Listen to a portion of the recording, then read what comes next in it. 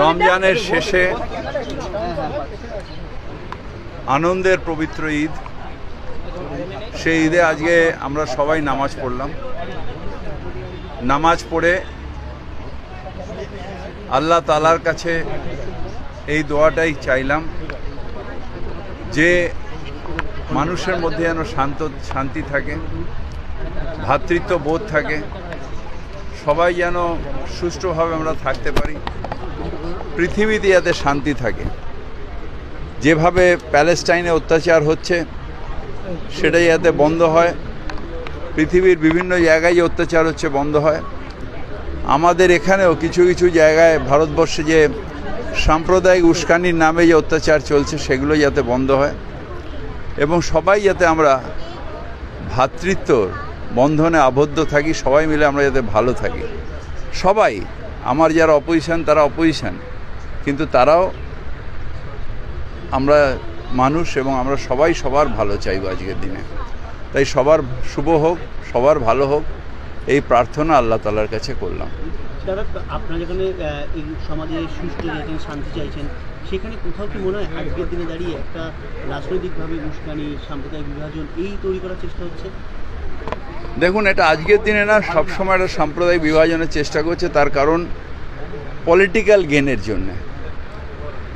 কিন্তু মানুষ সাম্প্রদায়িকতাকে দেয় না, যারা করেন তারা মূর্খ। তার কারণ উন্নয়নের সাথে মানুষ থাকেন, সাম্প্রদায়িকতা, বিভাজন এগুলোর সাথে মানুষ থাকেন না। টেম্পোরারি হয়তো দু চারজন আপনার পাশে যারা রয়েছে তারা লাফালাফি করবে, কিন্তু সত্যিকারে যারা বুদ্ধিসম্পন্ন মানুষ তারা সাম্প্রদায়িকতাকে আমল দেন না, তারা আমল দেন উন্নয়নকে, তারা আমল দেন দেশকে কিভাবে এগিয়ে নিয়ে যাওয়া যায়, তারা আমল দেন কিভাবে শান্তি শৃঙ্খলা থাকবে সেটার উপর আমল দেন। সেটা একটা উত্তেজনা সৃষ্টি হচ্ছে, এটা ঠিক না। আমরা সবাই শান্তিতে থাকব, আনন্দের সাথে থাকব।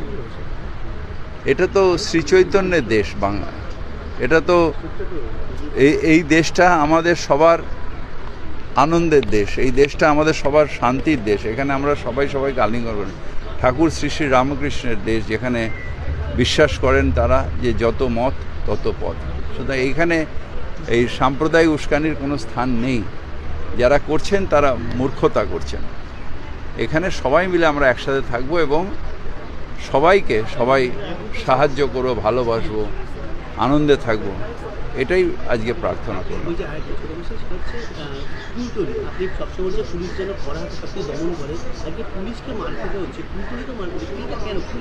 আরও স্ট্রংলি করতে হবে, কারণ যে ক্রিমিনাল শেষ কথা বলবে না, আইন শেষ কথা বলবে এবং আইনের ধারক বারক যারা তাদের আরও স্ট্রিক্ট হতে হবে, আরও কঠোর হতে হবে। তার কারণ দু চারটে ক্রিমিনাল হয়তো লাফিয়ে টেম্পোরারি মনে করতে পারে, কিন্তু রাত্রিরে রেড হয়ে যখন তারা উঠে যাবে, হাজতে থাকবে, তখন তারা ঠান্ডা হয়ে যায়। এটা হচ্ছে দেখে এখন একটা নতুন ইস্যু ওরা তৈরি করছে এই সাম্প্রদায়িকতার এতে, কিন্তু এটাতে খুব বেশি লাভ হবে না। কারণ আমাদের যারা বাংলার ঠাকুর শ্রী শ্রী রামকৃষ্ণ, বিবেকানন্দ, নেতাজি সুভাষচন্দ্র বোস, যারা আমাদের প্রাতঃস্মরণীয়, তারা কেউ কোনোদিন সাম্প্রদায়িকতার কথা বলেননি। ভোট পাওয়া যায় না, বারবার বলেন, এটা ভোট এটা মূর্খতা হচ্ছে।